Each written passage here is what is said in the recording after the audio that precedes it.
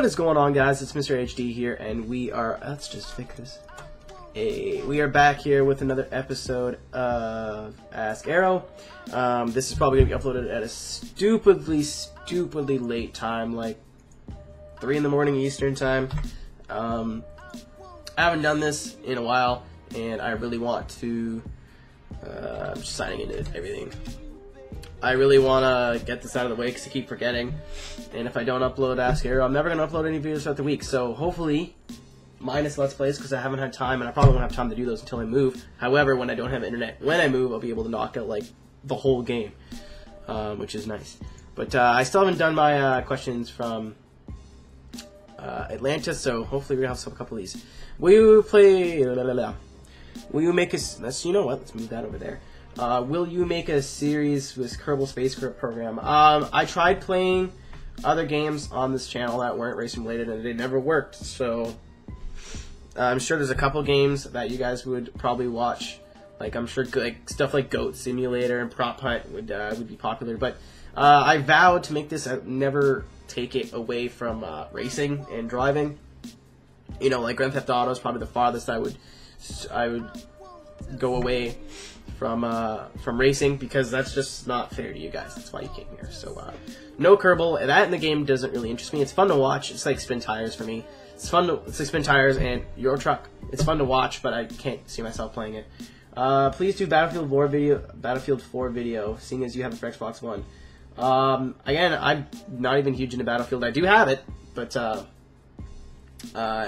it's probably something I might pop out in a stream sometime, or you know, maybe like a random for background noise once, but I don't see myself doing it. Best and worst things about your visit to Atlanta. The best things was the people. I met so many new people there. It was stupid. I actually ended up meeting, I was supposed to meet a couple subscribers, but I didn't have my phone, because, you know, it's cross-country roaming, so I had my phone turned off, and there was no Wi-Fi there, so I couldn't like, answer tweets or texts or whatever. I met one subscriber, Bind Charger. That was the first time I ever met a subscriber face-to-face. That was pretty weird, but pretty cool. When I hung out with Danny George for a while, I actually got to meet Matt Sparibo face-to-face a few times, and we hung out at their trailer for a bit.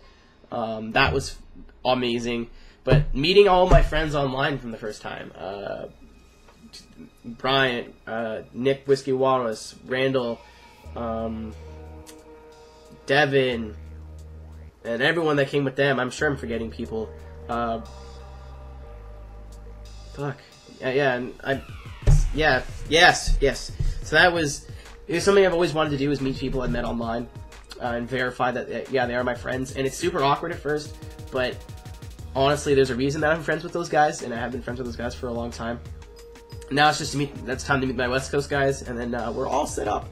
But the worst part was the rain on Friday. If rain was terrible, even though if some of you guys follow me on Facebook, you can see that when it started raining, I ripped my shirt off and slid down the hill, and I was shirtless in the pouring rain the whole time. Just me, by myself, no one else, every day, all day. I'm sorry. Yeah, it was super fun. I didn't like the fact that Vaughn won, but that's just basically me being nitpicky. I actually went back and watched it again. It looked like Oswald won in person, but Vaughn definitely won. Well, not my favorite driver, but got to meet Matt Field too. That was just really quick. Yeah, so that was the best and worst things about my trip to Atlanta. I got another question about Atlanta here. How was your time in Atlanta? It sucks that I live in Australia. I have to wake up at inconvenient times to watch the empty live stream. If you guys don't go, if you're within means to go to a Formula Drift event, especially if it's Formula Drift Road Atlanta, go. Trust me, I spent so much money. I probably spent like $2,000 by the end of the day, and it was worth every penny. It was worth like being broke for a month and a half afterwards, and you know, moving into my new apartment on the skin of my teeth when it comes to finances. That's just, it was absolutely mind-blowing, especially when we went to Streetwise the next day. It was a lot cooler because we were right next to the track, and it was like banked, so we were right on the bank, and we were getting like pelted with rubber. I got to everyone there is super friendly. Like being a Canadian coming into the United States, I thought everyone was gonna be super rude, especially since I was obnoxiously Canadian all weekend. Like I had a Jerome McGinley Team Canada jersey I was wearing. I ended up bringing my Canada flag that usually is hanging in my room somewhere. I was carrying that around all weekend. I thought people were like, Canadians, what a day. No, not one. Everyone's super friendly. The food there is shitty, but in the best way. Like, it's all junk food. Like Steak and Shake is now my religion. Steak and Shake is my life. That's a parodying of Vine that nobody's probably seen. But it's... Oh my goodness. It was... The only part that sucked was that when I said it poured rain, Vaughn won, I wasn't happy about. And I flew. We ended up flying there. So I didn't have a car while I was there, and that was really annoying. So I had to rely on my friends for rides, which was a dick. Pain in the dick. So I'm going to be driving next year, like 18 hours down from Canada. But yeah, it's definitely worth. Even if you could say what you want about Formula Drift. You can say, oh, it's overpowered and it's biased and whatever, and that may be right, but you have to go at least once and just experience it, because that was by far and away the best weekend of my life. I'm a big fan. I was wondering how you get the Ford Thunderbird and SVT Raptor DLC. A lot of people, I just don't want to be rude, but a lot of people ask me like, hey, how'd you get this car? How'd you get this car? DLC. If you don't have the DLC, just download the free cars and you'll be able to see them in lobbies. How do you pick such sexy color schemes for your cars? I don't know. I usually like to keep things simple. That, and I can't paint anything super complicated. Yeah. I don't know. Just off the top of my head, I guess. That, and I'm kind of good with colors. I know what goes good. Like blue and red. No. It's too tacky. I don't know. I don't paint outside of my skill level. If I do paints, I just to put colors or logos on there that I've gotten from the storefront, and nothing I can't do myself. I don't try to undertake this huge project and it looks like ass. Maybe next year you can come around round 5 with Formula D, or maybe every year go to a different round. Actually, I was thinking about doing that. Next year, depending on how my money situation is, I will be going back to Atlanta. Probably be going to Formula Drift New Jersey, and since I'm driving to both those events, if I can afford it, I'll probably end up going to Irwindale. Basically, I want to go, I think from round 5 to Seattle. I'd love to go to Seattle, but just like I have to prioritize, because like New Jersey is a bunch of friends I want to meet there. Irwindale, all my friends live around the LA area, so I want to go meet all of them. But those are my 3 events, my top 3 events. It was Atlanta, Irwindale, and New Jersey in that order. So I was thinking about going to a different round every year, but it is more expensive to fly across the country than it is like straight down. And I actually have the means to drive like 14 hours-ish down to Atlanta, and then like 20 hours, 25 hours across the country. So it'd be cool, but it's all about the cash flow, or somebody wants to sponsor me and send me on trips like every other big YouTuber. But next question, what do you think about those stretch and slam Honda Ruckus things that are always going on stand shows? As a Honda owner, I just want to say I am not biased in this at all. Also, and somebody who does not attend car shows or stand shows, basically because they don't exist where I live. But I'm going off of what I hear, and it seems that Honda guys are assholes for the most part. It seems like the Honda guys are always the guys that are ruining car shows, at least here. I know that we used to have car shows up by a strip mall, and then they got kicked out because there's too many guys in Civics thinking they're hot shit, going and, not respecting the car culture. So it doesn't even matter if they look good or not. It's the attitude that makes you a racer. What do I think about stretch and slammed Hondas? It depends on the Honda. I think people who slam and stretch tires on like Type R's are fucking stupid as hell. If you're gonna do that to an Integra, do it to like a regular Integra. A Type R was not made for that. It was made to be a track monster. Don't ruin it. Do it to something like what I have. This is an Accord. That thing is not made for speed. It's made point A to point B. So if you're gonna tune it up, you know, why not make it into like, it's a good looking car in my opinion. It grows on you. But do that. Stretch it and slam that. Don't stretch like Civic Type R's and Integra Type R's and S2000s. I find that stupid. If the car has any kind of like performance pedigree and you kill it just to make it look hella flush, that's just dumb. You gonna put, or does your Honda have a sound system? No, I'm not planning on putting a sound system in it, mostly because that's not important to me. I may replace like the door speakers, but there's nothing wrong with them. Like, they work. I can turn it up as high as I want. It sounds fine. I don't need hella bass, to be pleased with my vehicle and how that sounds. It's not my scene. That's not what I'm interested in, and not for me. Opinion on stance hella flush. Would you like it? Would you ever do it? I kind of touched on that already, but I'm just gonna elaborate a bit more. Would I stance my car? Yes.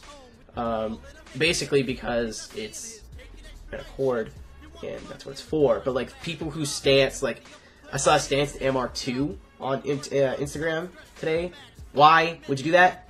It's just stupid. That car is fast, and then you just made it not fast. Like, you can go fast or straight line you want. I don't care. I mean, like, around the track. You can't tell me that having your car tires like fucking that is gonna help you around the corner.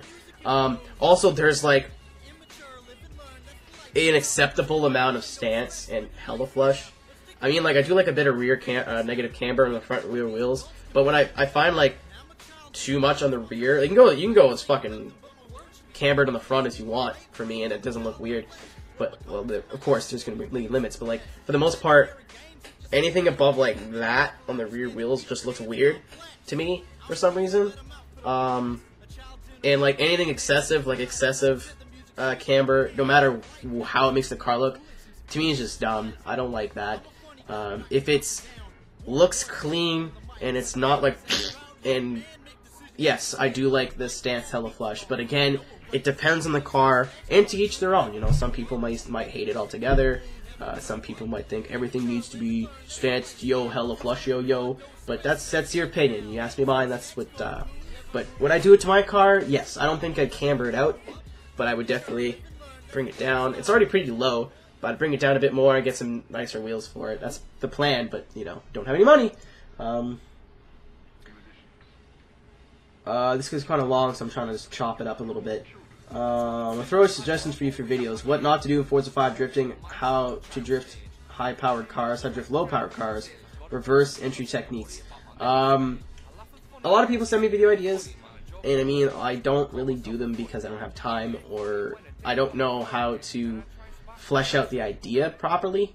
Like, I have an idea for a series right now, but I'm just not sure how I'd make it interesting and different from everything else I'm doing. So it's in here, it's in my noggin, it's just on the back burner.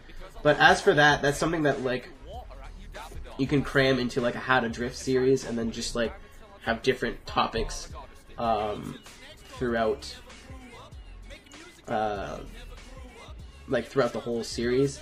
But again, that's something I still have to sit down, and I don't think I would just sit down and, like, go, you wanna tune this like this, because it makes your car the best. I mean, I know I was the guy who put out a how to drift video the first day Forza 5 came out. I'm guilty. I think all of us YouTubers did. But you can clearly tell who's putting out videos right now on how to drift, and they have no fucking idea how to do it. And you can tell those people that, like, have stolen tunes or copy tunes off other people. And they're trying to explain why they tuned the car the way they did. And it's just bullshit. It's like, yeah, you want to tune your caster like this because it makes your car feel better. No, you can't say that, because what if somebody likes the feeling of the car with the other caster with the other way? And if you're wondering, I think, this is why I haven't done a tutorial, but I think that caster quickens or slows the rate of transition. Don't hold me to that, but that's what I've been told. I still not entirely sure. You can't tell somebody this is the way to set up your car, because you can't do that, right? That's just not... There's no one way to tune. There's what you like and what you want to change your settings to. Like, some people may prefer a softer car, some people might prefer a stiffer car. So you have to tell everybody what this setting does if it goes left and if it goes right. What happens if you tune your differential like this? You know, what happens if you're running this much camber? You can't just say, this is the way to do it. And that's why I haven't done any how-to stuff, because I'm not sure 150% what every setting in the game does. And I don't feel comfortable telling you guys how to do something when I'm just here lying and making it up. As for reverse entry techniques, just practice. A lot of stuff in drifting is just practice. Like, there's no, like, if you hit this button and, like, counter steer at this time, it's going to make everything... No, you have to feel it, and honestly, that's really, in my opinion, the only way to learn is just practice, practice, practice. So the only thing I can really help with is car selection, car setup, track selection, and then basic, beginner, what to do and what not to do. And again, I want that scripted. I don't want to sit here for like 20 minutes and ramble like I usually do. So, is that coming? Perhaps. You know, I may wait till Forza 6 again, because it's about a year into Forza 5 now. I don't even really play it. You know, I'd rather play iRacing, but that's just me. And thank you very much. That was actually a really good question that ended up being answered, because a lot of people ask me to do tutorials. This looks stupid. I pulled that the wrong way. But thank you guys for watching. If you have any questions, please submit them to ask.fm/MrAeroHD. You do not need an account to submit a question. I will not answer them if they're submitted in the comments. I want to answer them if submitted on YouTube messages. Yeah. So thanks, guys. And next week, hopefully, will be the year anniversary of Ask Aero. So I'd like to do some sort of live thing, maybe. You know, maybe like Sunday night, have like a live Q&A or something. I don't know. I'll probably just end up doing the same thing anyway. And either way, send your questions on AskFM. The link is down below. Thank you guys very much for watching, and have a good night if you're up at 3 in the morning. And if you're watching this later, then have a good day.